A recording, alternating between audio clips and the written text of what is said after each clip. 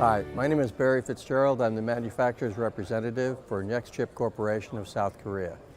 Nextchip Corporation is a 20-year-old company in South Korea that has a revenue of roughly $60 million and dominated the Chinese security camera market in image sensor processors.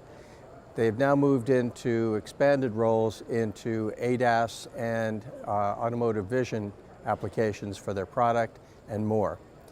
What we have here is we have a simulation in an FPGA of the Apache4 due out next year, Q1, which is an image sensor processor that allows the ability to detect objects, so it will be very useful for ADAS.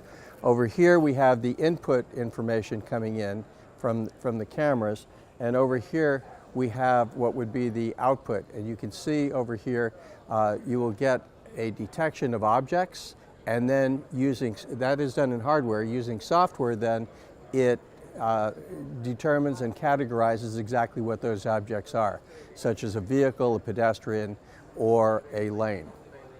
In summary, Nextchip has both software and hardware solutions for you for automotive, doorbell, and security solutions. You can contact us through our website, which is www.nextchip.com. Thank you very much.